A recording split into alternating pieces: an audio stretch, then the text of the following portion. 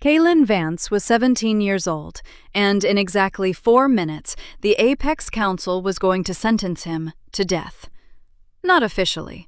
Nobody in Neo-Pangea called it a death sentence. They called it corrective rehabilitation, which was a nice, clean, government-approved way of saying, "We are throwing you into a dimension that eats people, and we don't expect you back." He stood in the center of the judgment spire, a boy in a scuffed gray uniform surrounded by black marble and floating holoscreens, while 3 S-tier judges looked down at him, the way you'd look at a bug that had wandered onto your dinner plate. Behind him, his classmates watched from the gallery. Some looked worried. Most looked entertained. And right at the front, arms crossed, wearing a smirk he'd clearly practiced in a mirror, stood the reason Kael was here in the first place. Thorn Aldrich Kessler, A-tier, council heir. The kind of guy who'd never once in his life heard the word no and actually believed it. "Kaelen Vance," the lead judge said, her voice amplified across the chamber. "You have been found responsible for the assault of a Tier A citizen and the destruction of Academy property. Given your tier classification, the Council finds no rehabilitative value in standard detention." Translation: you're an F-tier nobody, and F-tier nobodies don't get second chances. You are hereby remanded to the Tartarus Rift for a period of 10 standard minutes. A ripple went through the gallery. 10 minutes didn't sound like much. 10 minutes sounded almost merciful. It wasn't. Because the Tartarus Rift wasn't a room, and it wasn't a cell, and it definitely wasn't measured in minutes for the person actually standing inside it.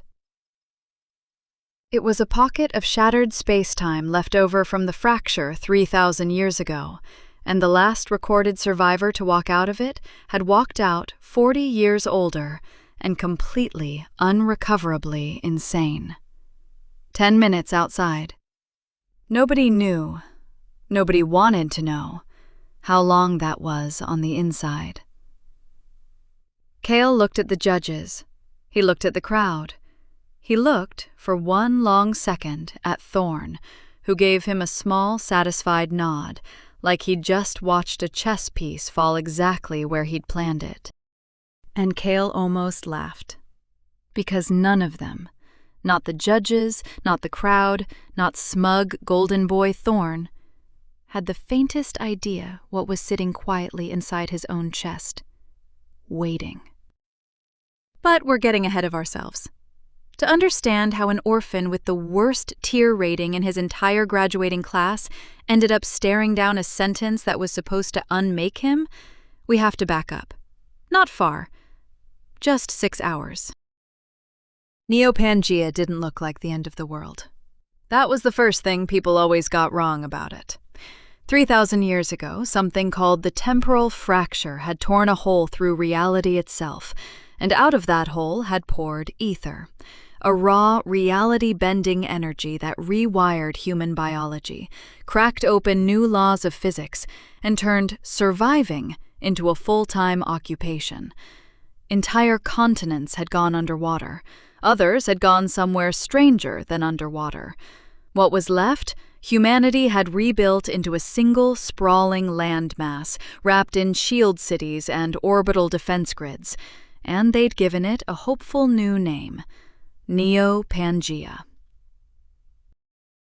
At the top of it sat the Apex Council, 12 S-tier elites, immortal or close enough to it, who had, according to every history textbook Kael had ever been forced to read, single-handedly held the line against the horrors that came pouring out of the fracture and saved what was left of the species.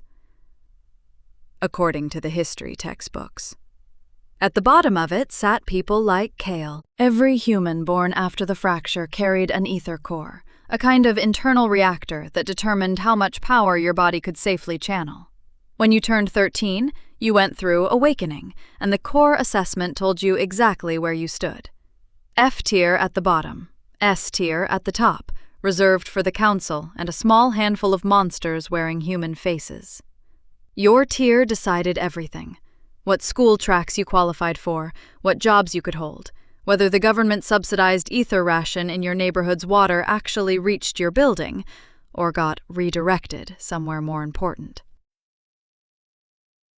Kael had awakened at 13 in a cramped assessment clinic with peeling paint and a technician who didn't even bother hiding his boredom. The scanner had hummed, spat out a result, and the technician had glanced at it and said, without looking up, F tier, next. F tier, dead last. The tier so low that some schools didn't even bother printing certificates for it. Here's the part that should have bothered everyone, and somehow bothered no one.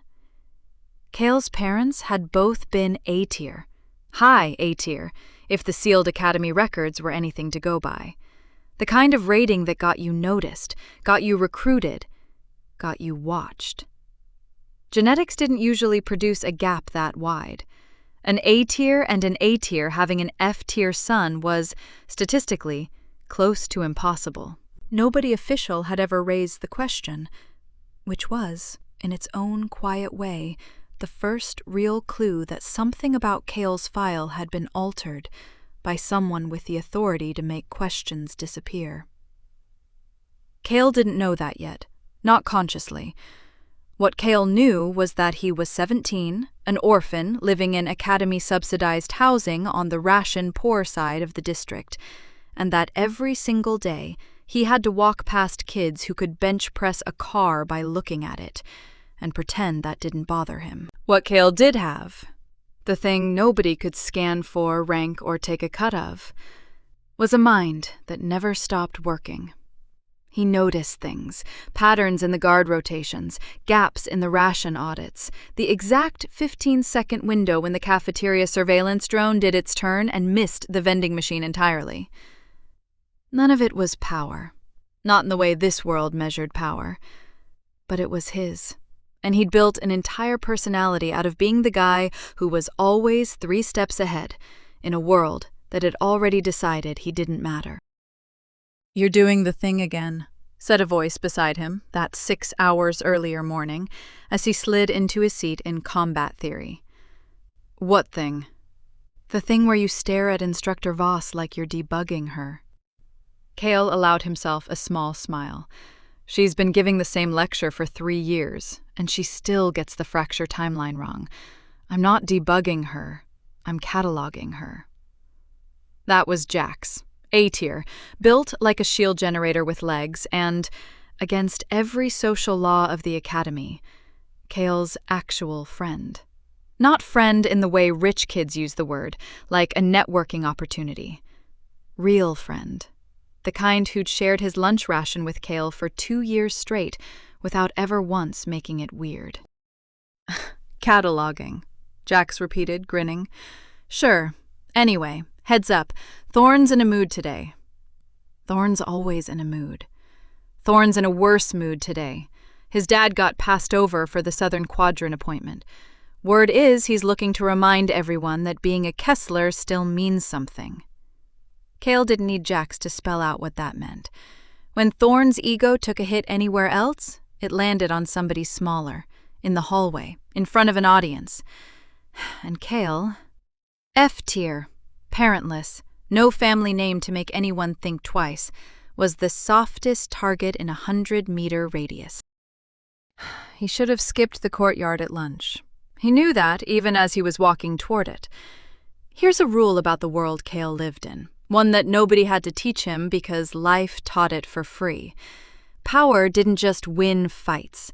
Power decided who was allowed to have a bad day. An S tier could level a building in a fit of temper, and the council would call it an unfortunate incident requiring further study. An F tier could raise his voice in the wrong direction and get flagged for behavioral risk assessment. So when Thorn planted himself in front of Kael's table in the courtyard, flanked by 2 of his usual A-tier hangers-on, Kael already knew the rules of the game he was about to be forced into. "Vance." Thorn said his name like it tasted bad. "I hear you got top marks on the tactical systems exam again." "I did." "Funny." Thorn leaned down, elbows on the table, close enough that Kael could smell the ridiculously expensive cologne some council stipend was paying for. Funny how an F tier keeps beating actual tiered students on a combat exam. Almost like the test doesn't measure anything real. It's a written strategy exam, Thorn. It measures whether you can read. A couple of nearby students laughed before they could stop themselves. Thorn's jaw tightened. This was the part where a smarter person, a person who valued things like not getting thrown into a death dimension, would have shut up. Kael had never claimed to be that person. Being sharp-tongued was pretty much the only currency he had, and he'd be damned if he was going to stop spending it just because the guy across from him had a better tier rating and a worse personality. Thorn's hand shot out and knocked Kael's tray off the table. Trays weren't expensive. It wasn't about the tray. It was a message, delivered in the oldest language in any school in any timeline. I can do this, and you can't do anything back. Pick it up, Thorn said. Pass. I said, I heard you the first time. I'm exercising my right to say no. Revolutionary concept. You should look into it. The crowd that had started gathering made a sound somewhere between a laugh and a wince. The sound of an audience that knows exactly how this ends and is watching anyway. Jax had gone very still beside Kael, the way he did right before he was about to physically insert himself into something. Thorn grabbed the front of Kael's uniform and hauled him half out of his seat. And this is usually the part in the story where the underdog swings first and everything goes sideways. That's not what happened. What happened was smaller and stupider and somehow worse. Kael didn't throw a punch. He didn't need to. He grabbed the wrist gripping his uniform, twisted it at an angle he'd read about in an academy self-defense manual nobody had ever expected an F tier to actually study, and shoved. Basic leverage. Nothing an A-tier body couldn't have shrugged off without noticing on any normal day. Except Thorn, mid-tantrum, had a live combat gauntlet half-charged on his forearm from an earlier training session. And when Kael's shove sent him stumbling backward, his arm swung wide, and the gauntlet, the one that generated small, contained bursts of plasma for sparring drills, discharged straight into the courtyard's support pillar. The pillar didn't just crack. It detonated, raining chunks of reinforced permacrete across half the courtyard, setting off 3 separate alarm systems and putting an emergency shield dome up over the academy in under 4 seconds. Nobody was hurt. That almost made it worse, because now there was no injury to argue about, no clear villain the security footage would obviously blame. Just an A-tier heir's gauntlet blowing a hole in school property immediately after an F-tier nobody touched him. You already know which version of events made it into the official report. The judgment came fast, because judgments involving F-tiers always came fast. There was no jury of Kael's peers, because F-tiers didn't really have peers with legal standing. There was a hearing that lasted 11 minutes, a Kessler family lawyer who spoke for 40 of those seconds and somehow used the words unprovoked and clearly premeditated, and a lead judge who'd already made up her mind before Kael walked in. Jax tried to speak up, got escorted out for disrupting proceedings. Kael caught his eye right before the doors closed, Jax mouthing something that might have been, "I'm sorry," or might have been, "I'll fix this." Kael honestly couldn't tell, and there wasn't time to find out. Which brings us back to where we started, the judgment spire. 4 minutes. Then 3. Then the judge's voice again, cold and final. "Sentence to be carried out immediately. Escort the prisoner to the rift chamber."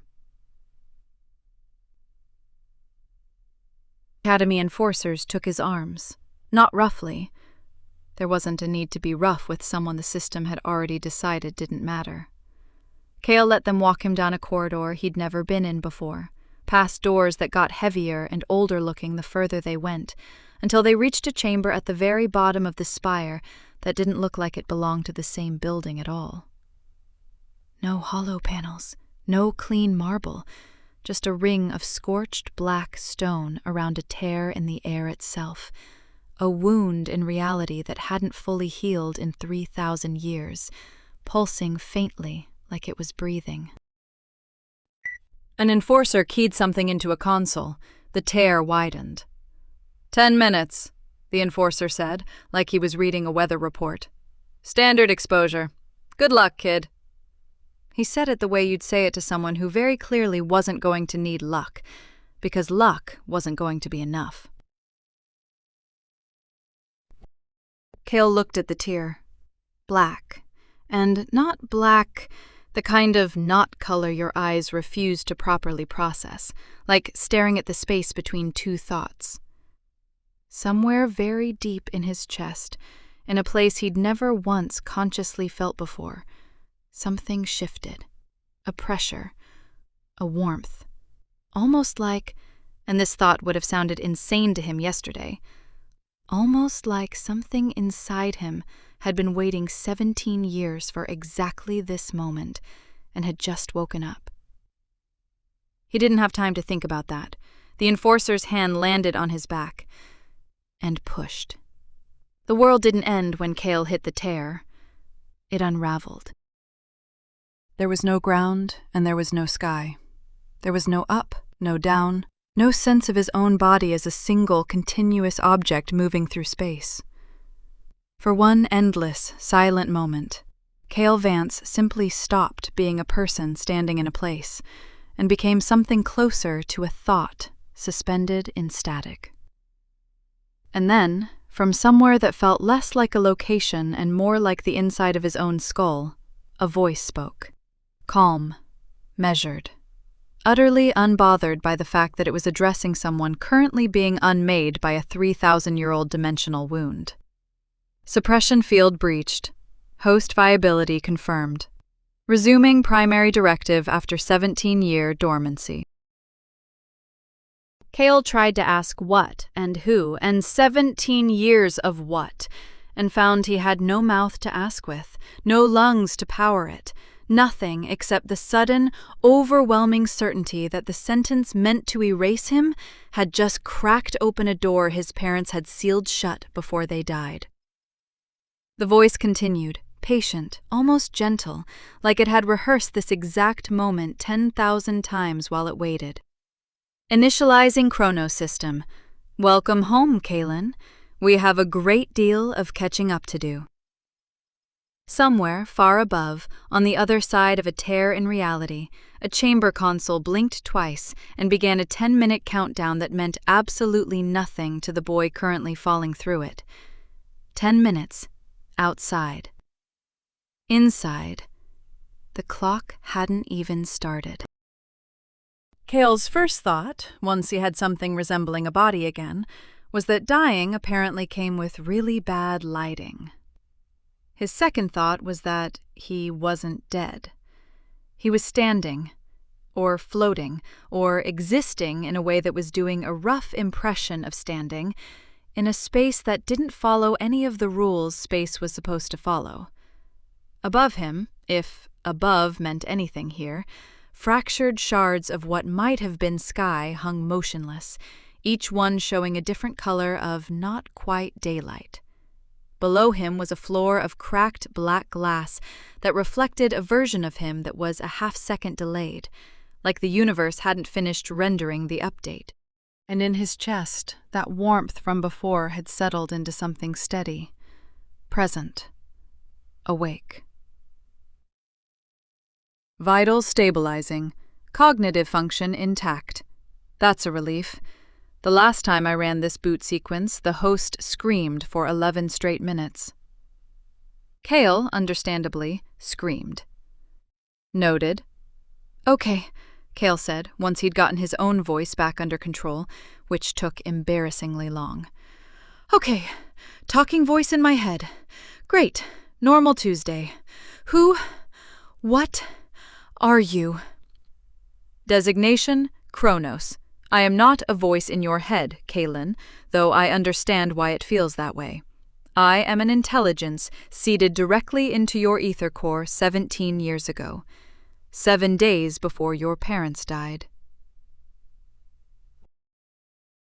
That landed like a second fall through the tear.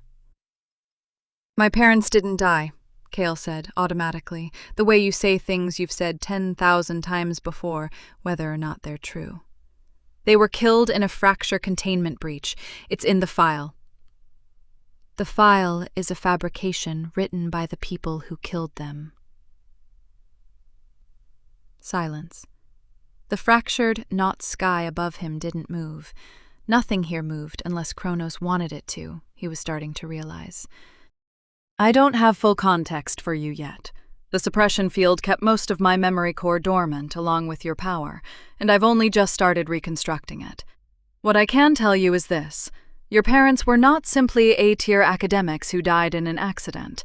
They were extraction specialists, working, quietly, against Apex Council directives they believed were actively harming Neopangea's population.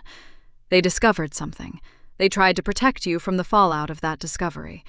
And someone with enough authority to rewrite an official death record made sure that protection looked, on paper, exactly like a tragic accident.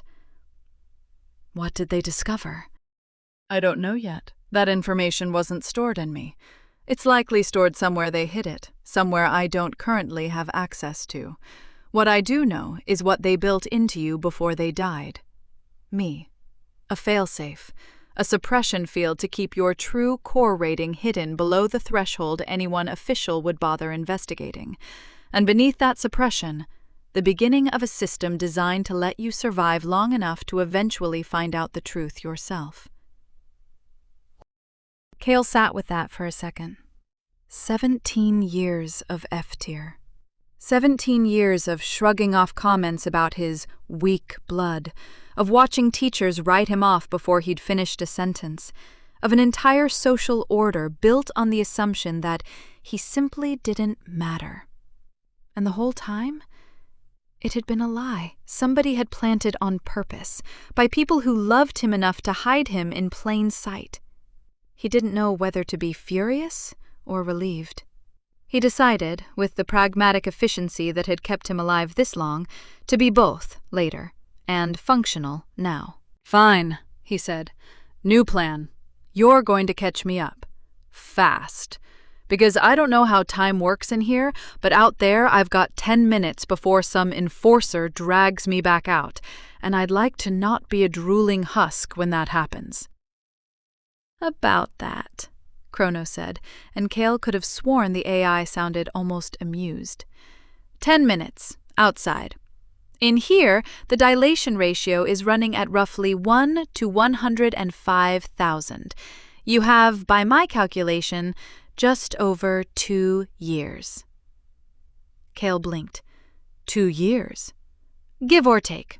I'd recommend not wasting them. Here's a rule about the Kronos system that Kael learned fast, mostly because Kronos told him up front and didn't sugarcoat it. It was not going to make him strong the easy way.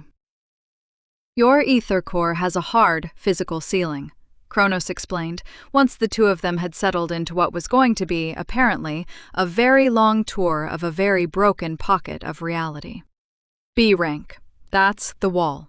No amount of training, no cheat, no shortcut is going to push your body's raw output past it. The suppression field damaged your core's growth pathway too thoroughly for that to change. You will never outpunch an S-tier. You will never outlift an A-tier bruiser twice your size. Cool. Great pep talk. Really inspiring. I wasn't finished. What your parents built into you wasn't a way to cheat your core. It was a way to make your core irrelevant. A section of the shattered not sky rippled, and a screen bloomed into existence in front of Kael. Not holographic like Academy Tech, but deeper somehow, layered with information that felt like it was arriving directly in his understanding rather than through his eyes. Chronotech, Kronos said. Technology accessed from timelines roughly 1 million years more advanced than this one. I don't build it for you from nothing. I translate it. Blueprints, systems, material science, all of it filtered down into forms your current reality can actually manufacture and your body can actually operate. You will never be the strongest person in a room by raw stats. You are going to make the room stop being about raw stats. So I'm getting future tech. You're getting 1,000,000 years of it, unlocked gradually, gated by 3 things: your resourcefulness, your survival, and your growth as a tactician. I don't hand you finished weapons. I hand you possibilities. What you do with them is on you. Kael looked around at the wreckage of a dimension that had been slowly killing everyone who wandered into it for 3,000 years, took a breath, and grinned. The first real grin he'd managed since the Judgment Chamber. "Okay," he said. "Where do we start?" "We start," Kronos said, "with you nearly dying. Repeatedly. Try not to take it personally." It turned out the Tartarus Rift wasn't empty. The first thing that came for him, 20 minutes into his 2 years by Kronos' internal clock, was something that had once probably been an animal, before 3,000 years of raw fracture exposure had turned it into 6 limbs of jagged crystal wrapped around a core of pure, hungry instability. Kronos called it an echo, said the rift was full of them, fragments of matter that had never fully decided whether to exist, drawn to anything that still had a working pulse. Kael's first fight against one lasted 4 seconds and ended with him flat on his back, ribs screaming, Echo's claw an inch from his throat. "Diagnostic complete," Kronos said, infuriatingly calm as the Echo reared back for the finishing blow. "You panic under pressure and default to instinct instead of information. Predictive HUD, online." The world changed. Suddenly Kael could see it, not the Echo's next move exactly, but a faint, ghosted outline of probability, a shimmer showing him the 3 most likely paths the creature's claw could take in the next half-second, each one weighted, ranked, clear as a diagram. It wasn't magic.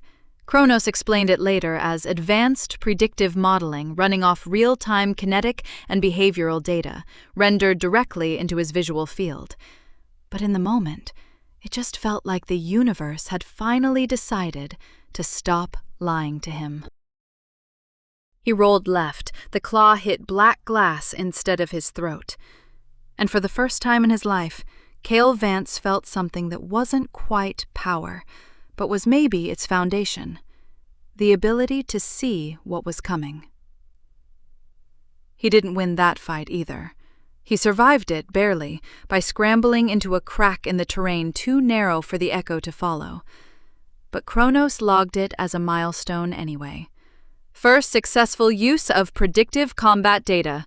Congratulations. You didn't die." Low bar. "You'll clear worse ones. That's the point." What followed wasn't a montage in the way Kael would have imagined a montage, back when he still had the luxury of imagining things like that. It was 2 years, real years, lived in real grinding sequence, inside a dimension that wanted him dead roughly as often as it let him breathe. He learned to read the HUD before he learned to trust it. He learned the difference between an Echo he could outmaneuver and an Echo he needed to avoid entirely, a distinction that cost him a scar along his ribs the first time he got it wrong. He learned that chronotech blueprints weren't handed to him. They unlocked, piece by piece, tied directly to what Kronos called demonstrated tactical necessity. Meaning what?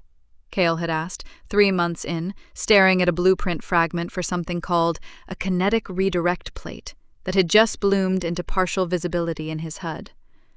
Meaning the system isn't going to arm a boy who solves every problem by running away. You unlocked partial defensive schematics because you've survived 11 encounters using terrain and positioning instead of brute force. Show me you understand offense as a concept and not an accident, and you'll unlock more. By month 6, he'd scavenged enough scrap material drifting loose in the rift, the wreckage, Kronos explained, of 1,000 years of other things that hadn't survived it, to construct his first working piece of chronotech, a wrist-mounted plate that could redirect 30% of a physical impact back at whatever had thrown it. Small. Almost embarrassingly small compared to what he'd seen S-tiers casually do in Academy demonstration footage. It was also, as far as Kael knew, completely unique in this timeline. Nobody else on the planet had one. Nobody else on the planet even had the blueprint. By month 11, he could predict an Echo's attack pattern 3 moves out instead of 1. By month 14, he wasn't running from the mid-sized Echoes anymore. He was hunting them, methodically, for the crystallized cores Kronos said would eventually be necessary for something the AI kept referring to only as the Sovereign Project. Details locked, Kael was told, until your tactical baseline justifies the resource cost. By month 18, Kaelen Vance, F-tier, orphan, nobody, could stand in the middle of a full Echo swarm, HUD painting the battlefield in real-time probability fields, and walk out the other side without a scratch. He still couldn't out-punch an A-tier. Kronos had been telling the truth about the ceiling. But he was starting to understand, in his bones, what the AI had meant about making the rooms stop being about raw stats. He thought about his parents constantly. Kronos gave him fragments when it could, a recovered memory thread here, a half-corrupted audio log there, most of it maddeningly incomplete. He heard, once, 4 seconds of his mother's voice, warm and rushed, saying, "Not safe here anymore. We have to move the data before Valerius's people." Before the log cut to static and refused to reconstruct any further. Valerius, Kael repeated, the first time he heard the name. The Emperor? Why would the Emperor care about 2 research analysts? I don't know, Kronos admitted, and for the first time the AI's calm cracked, just slightly, into something that sounded almost like grief. But I would recommend, very strongly, that whatever power you build here, you build it quietly. Whoever erased your parents' deaths from the record had council-level reach. If word gets out that their son is no longer the harmless F-tier everyone assumes he is, I cannot guarantee what happens next. It was, Kael would reflect much later, some of the best advice he never once managed to follow. By month 23, with a little over a month of subjective time left before the rift's dilation field would spit him back out into 10 minutes that had barely finished ticking by, Kronos finally unlocked the file Kael had been asking about since month 1. Sovereign Project. Partial specifications available. The HUD bloomed into a shape Kael didn't have words for yet, something between a mechanized frame and a piece of architecture, wrapped in schematics for systems he couldn't begin to parse. Causality dampeners, a cockpit interface keyed to his own core signature, something labeled, ominously, entropy regulation, locked, insufficient core resources. This is a mech. This is the Epoch Sovereign, or it will be, eventually, once you've gathered the resources and the tactical experience to justify full unlock. Right now, you're looking at maybe 8% of the total schematic. Building the rest is going to take time, materials this planet doesn't manufacture yet, and, I'll be honest with you, probably several very bad decisions. Kael looked at the fractured, impossible shape of it, hanging in his vision, and felt something settle into place in his chest that had nothing to do with the chronoseed and everything to do with him. 2 years ago, he'd been a kid nobody bothered to notice, waiting for a system that had already decided his life's ceiling before he was old enough to argue about it. He was done waiting for other people's ceilings. Time, Kronos said, quieter now. Dilation field is destabilizing. You're going home, Kaelen. 10 minutes, real time, just about up.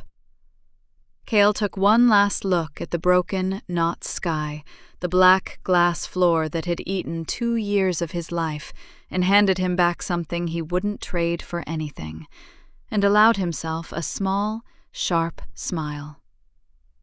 "Good," he said, "because I've got someone to go say hello to." Somewhere on the other side of the tear, an enforcer's countdown reached 0, and the rift began, very calmly, to give him back. From the outside, it looked like nothing had happened at all. The tear spat Kael out onto the same scorched black stone he'd been shoved into, and the enforcer, standing over the console, glanced at his chrono readout, unimpressed. 10 minutes, on the dot. Get up, kid, you're not special, you're just... He stopped talking. He stopped talking because the boy climbing to his feet in front of him was not quite the boy who'd been pushed through the tear. Same height, same build, more or less, though there was a leanness to him now, a coiled economy of movement that hadn't been there 10 minutes, 2 years ago. But it was the eyes that did it. F-tier orphans weren't supposed to look at an enforcer like they were calculating exactly how many ways there were to disarm him, and had already discarded all but the least effort-intensive one. "Thanks for the countdown," Kael said. "Really added to the ambiance." The enforcer's hand drifted instinctively toward his sidearm.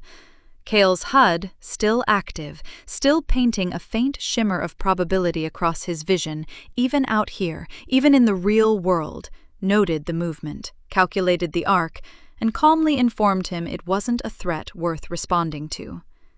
He let his own hands stay loose at his sides and simply walked past the man, out of the rift chamber, back into a hallway he'd last seen through the haze of a boy who thought he had nothing left to lose.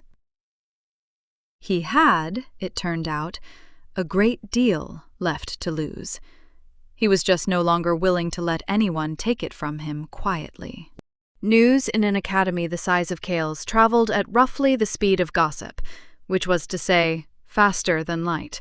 By the time Kael made it up from the sublevels to the main courtyard, the same courtyard, still cordoned off with warning tape around the crater where the support pillar used to be, a crowd had already gathered, because word had gone around that the rift-sentenced F-tier was, somehow, impossibly, walking again. Most students expected a husk, a cautionary tale, somebody to feel briefly sorry for before moving on with their day. What they got was Kaelen Vance, strolling into the courtyard with his hands in his pockets like he'd stepped out for lunch. Jax got to him first, shoving through the crowd, grabbing him by the shoulders like he needed to physically confirm Kael was real. How are you? It's been 10 minutes, man. We thought... I know how long it's been, Kael said, and something in his voice made Jax go quiet and study his face a beat longer than usual. It's a long story. I'll tell you the parts I'm allowed to. The parts Jack started, and then stopped, because across the courtyard the crowd was rippling apart to let someone through, and that someone was smirking like Christmas had come early. "Well," Thorne said, arms crossed, flanked by his usual entourage, "look who crawled back out. I half expected them to need a mop." Here's the thing about Thorne Kessler that Kael understood now, with the clarity 2 years of near-death echo encounters had sharpened into something close to surgical. Thorne had never actually fought anyone who could see him coming. Every win, every reputation-building spar, every schoolyard flex, all of it had been built on an opponent's inability to predict what an A-tier body could casually do that a normal body couldn't. Kael's HUD had been tracking Thorne's stance, breathing, and micro-movements from the moment he entered the courtyard. It didn't need 2 years of training data to tell him what was coming next. It only needed about 1.5 seconds. "You know," Kael said conversationally, "I actually learned something in there. Want to hear it?" Thorne's smirk didn't waver. "Enlighten me." "You lead with your right shoulder about 1/4 second before you throw anything. Every time. It's this little tell, like your whole body's announcing the punch before you've even decided to commit to it. I'm guessing nobody's ever pointed that out to you because everyone you've ever hit was too busy being hit to notice. The crowd's murmur shifted, curious now instead of hungry for a beatdown. Thorn's smirk finally slipped. You think a lucky guess makes you... It's not a guess, Kael said. Try me. For a boy who'd spent his whole life coasting on a tier rating instead of actual restraint, Thorn had never learned the most basic rule of a fight. Don't let the guy who just baited you pick the terms. He swung. Right shoulder, exactly on schedule, exactly where Kael's HUD had painted the probability field a full quarter second before the fist ever left its pocket of air. Kael didn't dodge like it was hard. That was the part that would end up circulating around the academy for weeks afterward, told and retold until it turned into something close to legend. He didn't flinch, didn't scramble, didn't do any of the things an F tier facing an A tier's punch was supposed to do. He just leaned 6 inches to the left, let the fist pass close enough to stir his hair, and caught Thorn's wrist on the follow-through with a grip calibrated by 2 years of learning exactly how much leverage a joint could take before something gave. He didn't break it. He could have. He wanted Thorn, and everyone watching, to understand that could have was the important part. Predictable, Kael said, is a nice word for it. I could think of a worse one, but there are teachers watching. Thorn yanked his arm free, face gone the particular shade of red that belonged exclusively to people who'd never once in their life had to process the sensation of losing. You got lucky. I got 2 years, Kael said, quiet enough that only the people closest actually caught it. And something about the way he said it made even Thorn's entourage take a half step back. You got 10 minutes and a bad attitude. Do the math. It should have ended there. In a fairer world, in a world that actually ran on the values it printed in its history textbooks, it probably would have. But Thorn Kessler had spent his entire life being told, explicitly and constantly, that losing wasn't something that happened to people like him. And humiliation, for a boy raised on that particular diet, didn't produce humility. It produced an ugly, cornered kind of rage that went looking for someone to blame who wasn't himself. His eyes found the crater in the courtyard, the one his own gauntlet had caused, the one that had, up until 90 seconds ago, been the entire justification for Kael's sentence. You want to talk about luck? Thorn said, voice rising now, pitched for the crowd instead of just for Kael. Let's talk about how an F tier just walked out of a 10-minute rift sentence looking like that. Nobody does that. Nobody comes back stronger. His eyes narrowed, and for one uncomfortable second, Kael watched him actually think, which was rarer than it should have been. Unless something's wrong with your file, unless somebody's been lying about what you actually are. Kael's stomach dropped, quietly, behind a face he made sure stayed perfectly still. Kronos' warning echoed back at him, clean and immediate. Whoever erased your parents' deaths had council-level reach. If word gets out... You're reaching, Kael said, and was pleased to hear his voice come out level. Am I? Thorn straightened, and the ugly rage on his face was starting to curdle into something colder, more calculating. The specific expression of a boy realizing he'd just found a weapon sharper than anything his fists could offer. My father's on the tier oversight committee. You know what happens when the committee gets curious about a discrepancy? They don't just look at you, Vance. They look at everything. Your records, your parents' records, every little inconsistency somebody swept under a rug 17 years ago. He smiled, and it was somehow worse than the smirk had been. Enjoy the win, Thorn said. It's going to be the last one you get to have quietly.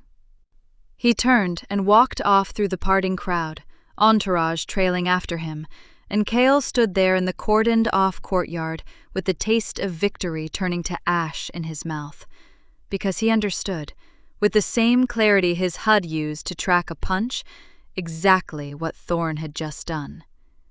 He hadn't lost the fight. He just handed Kael a much bigger one. Jax appeared at his shoulder, watching Thorn's retreating back with a frown. That sounded like a threat. It was a threat. You want to tell me what actually happened in there? Because that wasn't 10 minutes of survival instincts kicking in, man.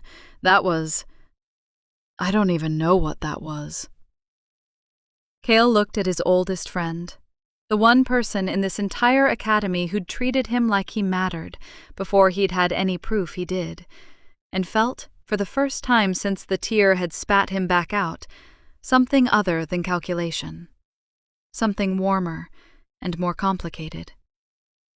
I would suggest, Kronos said quietly, for his ears only, telling him as little as possible, for his safety and yours. Kael ignored it. Some risks, he was already starting to understand, were worth taking on purpose. Yeah, Kael said. Yeah, okay. Not here. Let's walk. Behind them, unnoticed by either of them, one of Thorn's entourage had already pulled out a comlink and was relaying a very interested, very detailed account of the courtyard to someone who was going to be extremely pleased to hear it. Someone whose office sat 2 floors above the Tier Oversight Committee, in a wing of the academy that ordinary students weren't allowed anywhere near.